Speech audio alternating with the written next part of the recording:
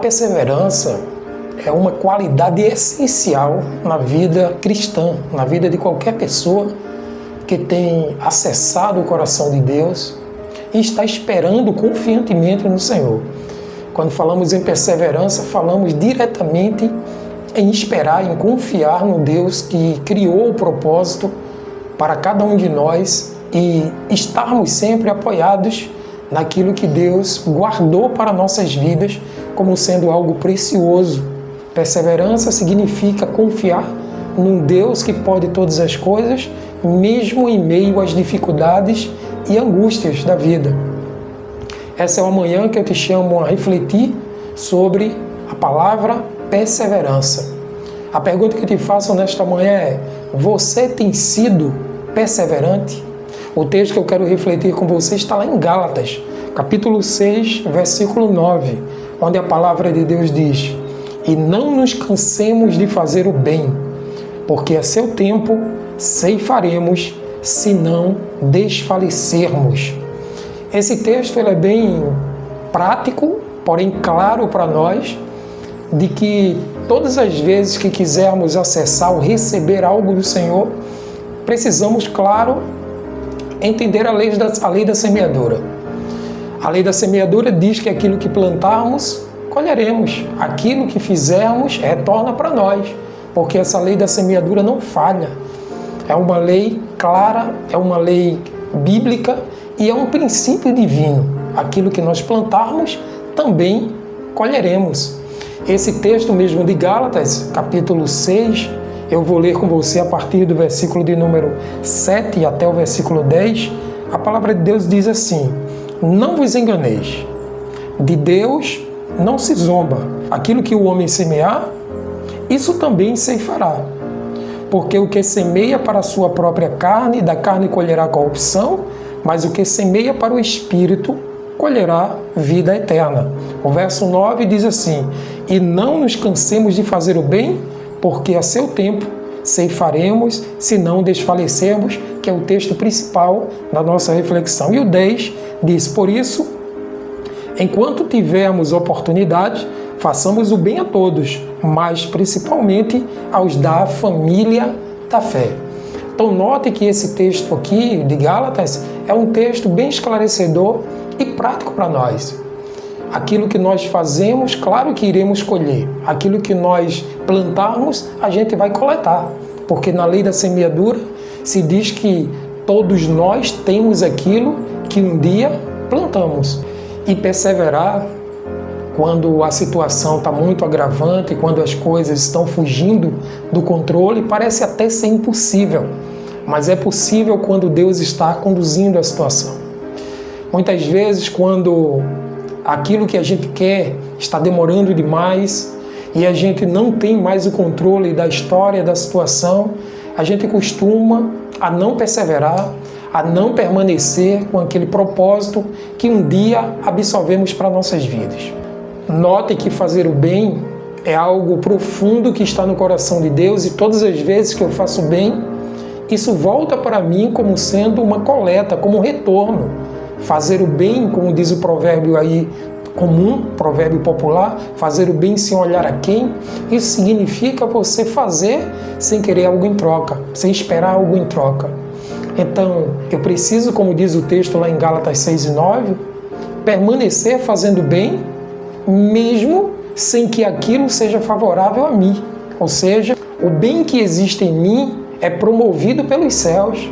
E o bem que eu faço ao outro é algo que eu considerei como sendo algo que veio de Deus e eu preciso transmitir ao próximo.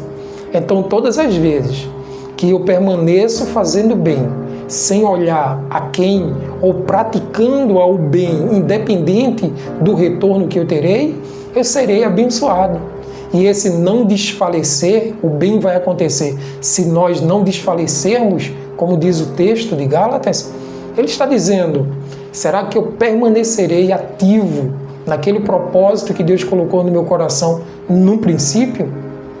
A Bíblia também fala que é melhor o final das coisas do que o início delas. É o final que vai determinar de fato qual foi a motivação do início de todas as coisas. Então precisamos atentar para o bem a todas as pessoas, sem olhar de fato a quem vai ser destinado aquele bem. É preciso refletir sobre o poder de Deus diante das necessidades e das dificuldades da vida que está acontecendo ao nosso redor. É preciso também atentar para que essa bondade nunca deixe de acontecer em nossas vidas, porque a bondade em nós resulta na prática para o bem ao outro. E todas as vezes que nós nos conectamos ao outro, estamos, na verdade, fazendo algo para o próprio Deus. O próprio Jesus, em sua palavra, já disse isso, já determinou isso aí na sua palavra. Quando disse: eu estava preso, não me visitaste; eu estava com fome, não me deste de comer; estava com sede, não me deste de beber. E a indagação foi para Jesus: quando te vimos preso ou com fome e não fizemos isso que o Senhor falou? Ele diz: quando vocês verem outras pessoas e não praticarem o bem, vocês estão se recusando a fazer para mim mesmo. Então note que há uma relação estrita entre aquilo que fazemos para o outro e aquilo que fazemos para o próprio Deus. Como que podemos fazer um bem tão extraordinário para Deus se a gente não consegue fazer para o outro que está em nosso lado, em nossa volta? O estímulo hoje, nesta manhã, é que eu e você saiamos dessa zona de conformismo e busquemos no Senhor a força que nós precisamos para abençoar outras pessoas com o bem que existe em nós. A sua prática vai trazer algo profundo na vida do outro e na sua própria vida, porque somos resultados daquilo que fazemos para o outro. Se nós aplicarmos de fato a nossa fé, a nossa ação, a nossa energia em prol do outro, aquilo vai retornar para nós, porque aquilo que semearmos, aquilo também colheremos no Senhor. Note que tudo isso acontece quando não desfalecemos, quando não paramos, quando não deixamos de fazer o bem. Faça o bem, aproxime pessoas de Deus, aproxime o seu coração do coração de Deus e veja como resultado pessoas sendo abençoadas e Deus sendo exaltado através da sua vida. Um outro versículo nesse capítulo 6 de Gálatas é o verso 10, quando ele diz que nós precisamos fazer o bem, mas primeiramente aos da família e da fé. Ou seja, aqueles que estão próximos de nós, aqueles que estão falando a mesma língua, aqueles que estão confessando a mesma fé, aqueles que estão no mesmo convívio relacional. Se nós não fizermos o bem, primeiramente a essas pessoas, a Bíblia também fala que negamos a nossa própria fé.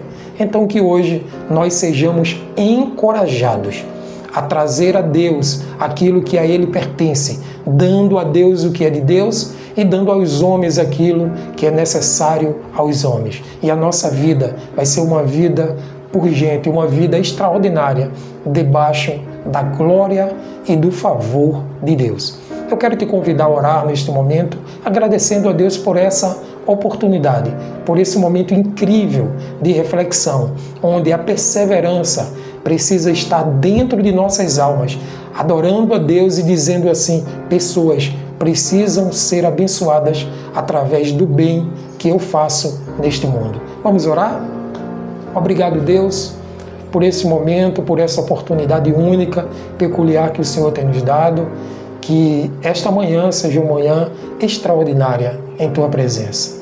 Que o bem, Senhor, que está focado na Tua palavra, possa de nosso interior brotar e gerar resultados através de nossas práticas para todas as pessoas que estão em nossa volta, a começar por nossos irmãos, nossos amigos, nossos familiares, aqueles que estão, Senhor, no mesmo convívio relacional e se estender para todo mundo. Assim nós te oramos e te pedimos a bênção e o favor que só pode vir do alto. Tudo isso te pedimos e te agradecemos no nome de Jesus. Amém. Deus te abençoe. Tenha um excelente dia debaixo da graça e do favor do Senhor Jesus.